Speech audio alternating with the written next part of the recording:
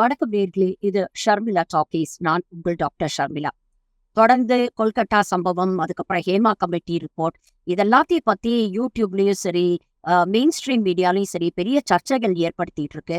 நிறைய பெண்கள் வெளியில வந்து அவங்களுக்கு ஏற்பட்ட பாலியல் வன்கொடுமைகளை பத்தி வெளியில சொல்றாங்க.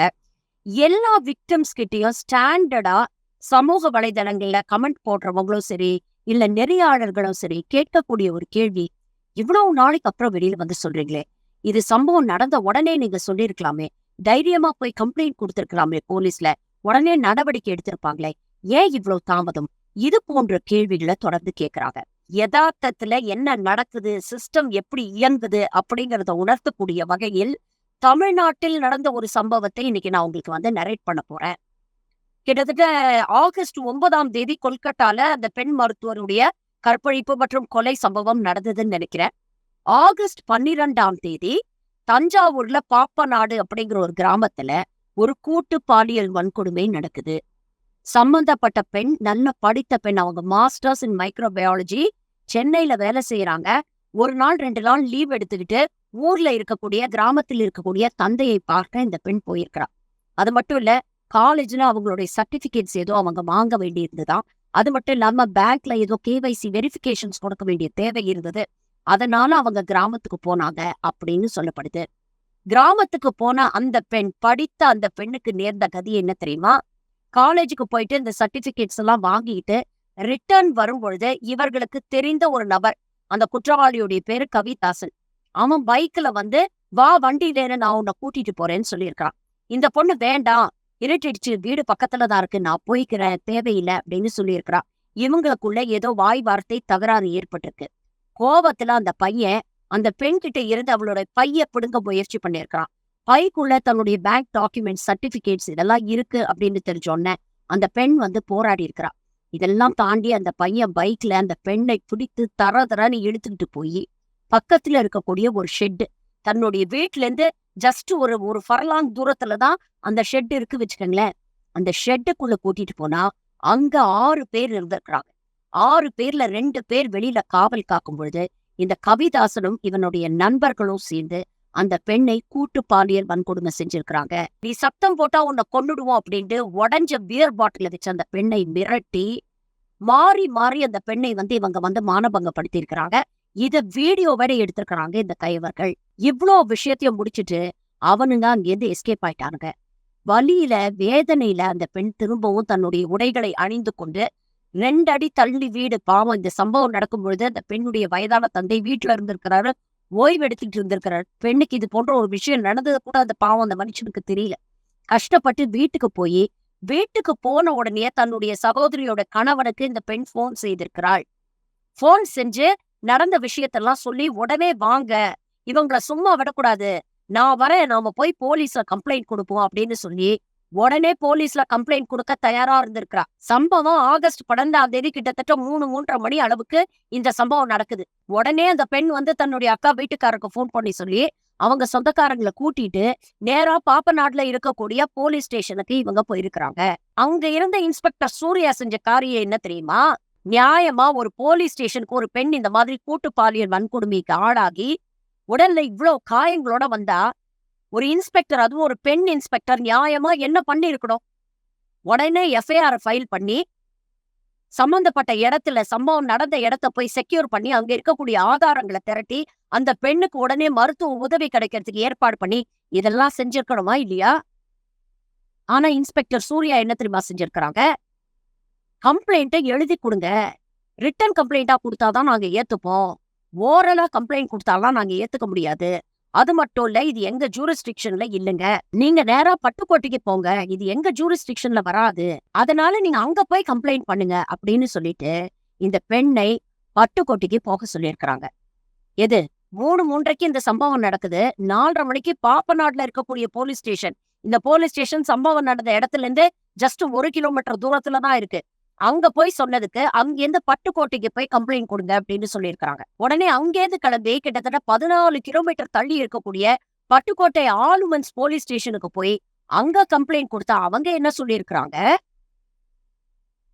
இது எங்க ஜூரிஸ்டிக்ஷன் கிடையாது, இங்க நாங்க ரெஜிஸ்டர் பண்ண முடியாது, நீங்க ஒண்ணு பண்ணுங்க, பட்டுக்கோட்டையில இருக்கக்கூடிய ஹாஸ்பிட்டலுக்கு ஃபர்ஸ்ட் போங்க. ஃபர்ஸ்ட் போய் ட்ரீட்மெண்ட் எடுத்துக்கங்க. அதுக்கப்புறம் உங்களுடைய ஜூரிஸ்டிக்ஷன் வந்து ஒரத்தநாடுல தான் வருது. நீங்க ஹாஸ்பிட்டலுக்கு போய் ஃபர்ஸ்ட் ட்ரீட்மெண்ட் எடுத்துட்டு, அதுக்கப்புறம் ஒரத்தநாடு போலீஸ் ஸ்டேஷன்ல போய் கம்ப்ளைண்ட் பண்ணுங்க அப்படின்னு சொல்லி, அத பண்ண அங்கேருந்தும் அவங்க வெளியில அனுப்பி விட்டுருக்காங்க. அங்கேருந்து கிளம்பி 6 மணி வாக்குல பட்டுக்கோட்டையில இருக்கக்கூடிய அரசு மருத்துவமனைக்கு போனா, அங்க இருக்கக்கூடிய மருத்துவர்கள், செவிலியர்கள் என்ன பண்ணியிருக்கிறாங்க, இது போலீஸ் கேஸு. நாங்க எதுவுமே செய்ய முடியாது. நீங்க ஃபர்ஸ்ட் போலீஸ்ல போய் கம்ப்ளைண்ட்ட ரெஜிஸ்டர் பண்ணிட்டு, அதுக்கப்புறம் வாங்க நாங்க உங்களுக்கு ட்ரீட்மெண்ட் பண்றோம். அப்படின்னு அங்க இருக்கக்கூடிய மருத்துவர்களையும், செவிலியர்களும் மீண்டும் அந்த பெண்ணை அலைக்கழித்திருக்கிறார்கள். 6 மணிக்கு அங்கேருந்து கிளம்புன அந்த பெண்ணு, கிட்டத்தட்ட 28 கிலோமீட்டர் தாண்டி ஒரத்தநாடுல இருக்கக்கூடிய போலீஸ் ஸ்டேஷனுக்கு போயிருக்கிறாங்க. அந்த போலீஸ் ஸ்டேஷனுக்கு அந்த பெண் போகும்பொழுது இரவு 10:45 மணி.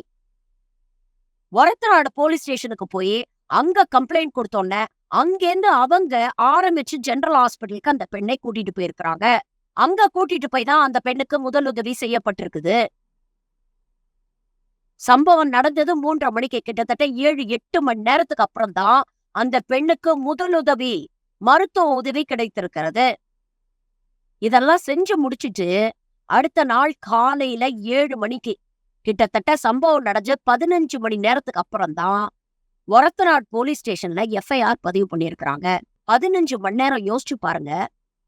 கூட்டு பாலியல் வன்கொடுமைக்கு ஆளாகி சில மனித மிருகங்களால் சூறையாடப்பட்டு உடம்பு ஃபுல்லா ரணம், மனசு ஃபுல்லா காயத்தோட ஒரு பெண்ணு 15 மணி நேரம் ஆச்சு அந்த பெண்ணுக்கு ஒரு எஃப்ஐஆர் ஃபைல் பண்றது. 8 மணி நேரம் ஆச்சு அந்த பெண்ணுக்கு மருத்துவ உதவி கிடைப்பது.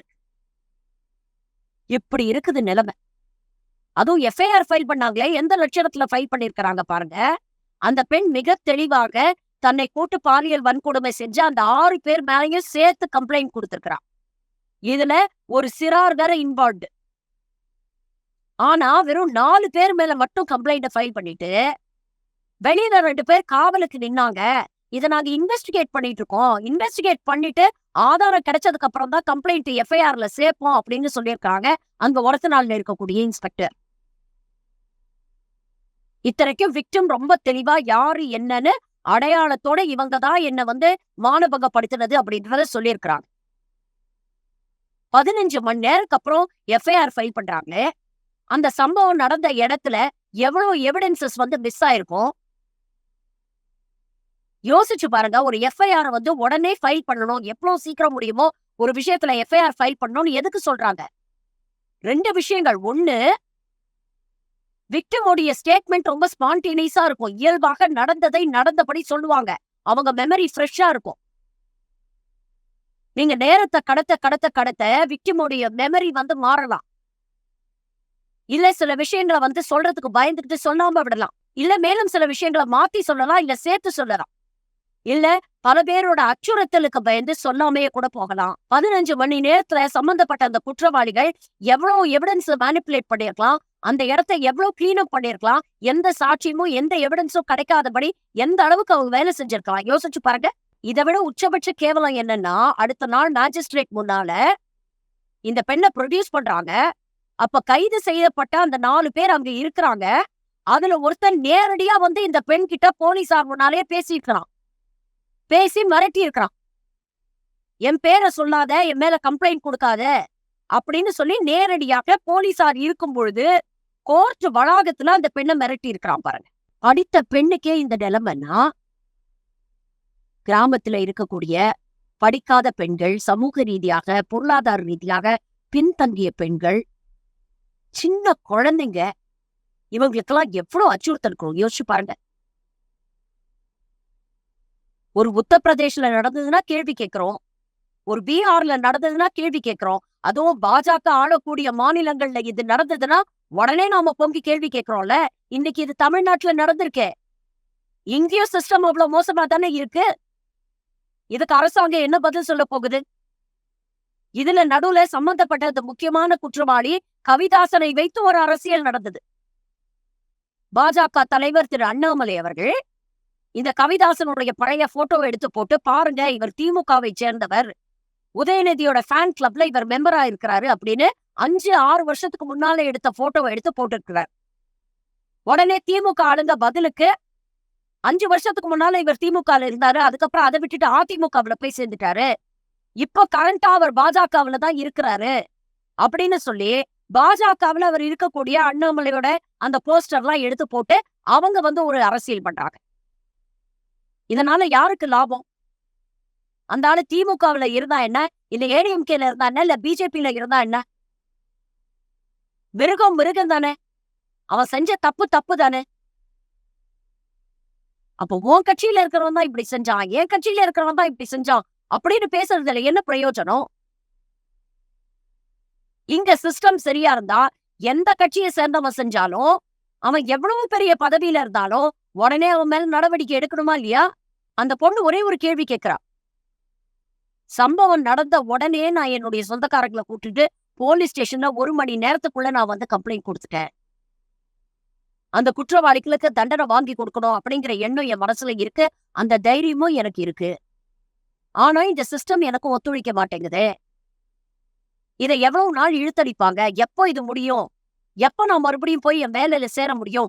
எப்போ என் வாழ்க்கையை வந்து நான் திரும்ப வந்து பழையபடி நான் தொடர முடியும்? அப்படிங்கிற ஒரு கேள்வி அந்த பெண் கேட்கிறா. அந்த பெண்ணுக்கு இந்த சிஸ்டமோ இல்ல அரசாங்கமோ பதில் சொல்லுமா? எங்க நடந்தாலும் தப்பு தப்புதான். அது எந்த மாநிலத்துல நடந்தாலும் தப்பு தப்புதான். அது யார் ஆட்சியில நடந்தாலும் தப்பு தப்புதான். இன்னைக்கு பாஜகவை நோக்கி கை காட்டி விமர்சனம் செய்யக்கூடியவர்கள் நம்மள நோக்கியும் சில கேள்விகளை கேட்கணும். சிஸ்டம் இவ்வளவு மோசமா இருந்ததுன்னா பெண்கள் எப்படிங்க தைரியமா வெளியில வந்து கம்ப்ளைண்ட் பண்ணுவாங்க? எந்த அரசியலமைப்பு சட்டத்துல சொல்றீங்க ரிட்டன் கம்ப்ளைண்ட் கொடுத்தாதான் கம்ப்ளைண்ட ஃபைல் பண்ணுவாங்க அப்படின்னு? இன்னைக்கு அரசாங்கம் அவங்க மீதெல்லாம் நடவடிக்கை எடுத்திருக்கு. அந்த இன்ஸ்பெக்டர் சூர்யா மீது நடவடிக்கை எடுத்து சஸ்பெண்ட் பண்ணிருக்காங்க. அந்த மருத்துவர் ஹாஸ்பிட்டல், கவர்மெண்ட் ஹாஸ்பிட்டல்ல இருந்த மருத்துவர் வந்து ட்ரீட்மெண்ட் பண்ணாதது காரணமாக அவர் மீது நடவடிக்கை எடுக்கப்பட்டிருக்கு. சம்பவம் நடந்ததுக்கு அப்புறம் இவ்வளவு நடவடிக்கை எடுத்து என்னங்க பிரயோஜனம்? இப்படிப்பட்ட ஒரு சம்பவம் நடந்து போலீஸ் ஸ்டேஷனுக்கு கம்ப்ளைண்ட் பண்ண தைரியமா ஒரு பெண் வரானா அந்த பெண்ணுக்கு எவ்வளவு தைரியம் இருக்கணும்? எவ்வளவு நடந்ததுக்கு அப்புறமும் போலீஸ் ஸ்டேஷனுக்கு வரக்கூடிய பெண்களை முதல்ல மதிக்க கத்துக்கங்க. இப்படி செல்லரிச்சு போய் ஒரு சிஸ்டம் இருக்கும் பொழுது நீங்களே சொல்லுங்களேன், பாதிக்கப்பட்ட பெண்கள் உடனே வந்து ஏன் கம்ப்ளைண்ட் கொடுக்கல? உடனே போய் போலீஸ் ஸ்டேஷன்ல சொல்லியிருக்கலாமே, உடனே நீதி கிடைச்சிருக்குமே அப்படின்னு கேட்கக்கூடிய கேள்விகள் எவ்வளவு அபத்தமான கேள்விகள்.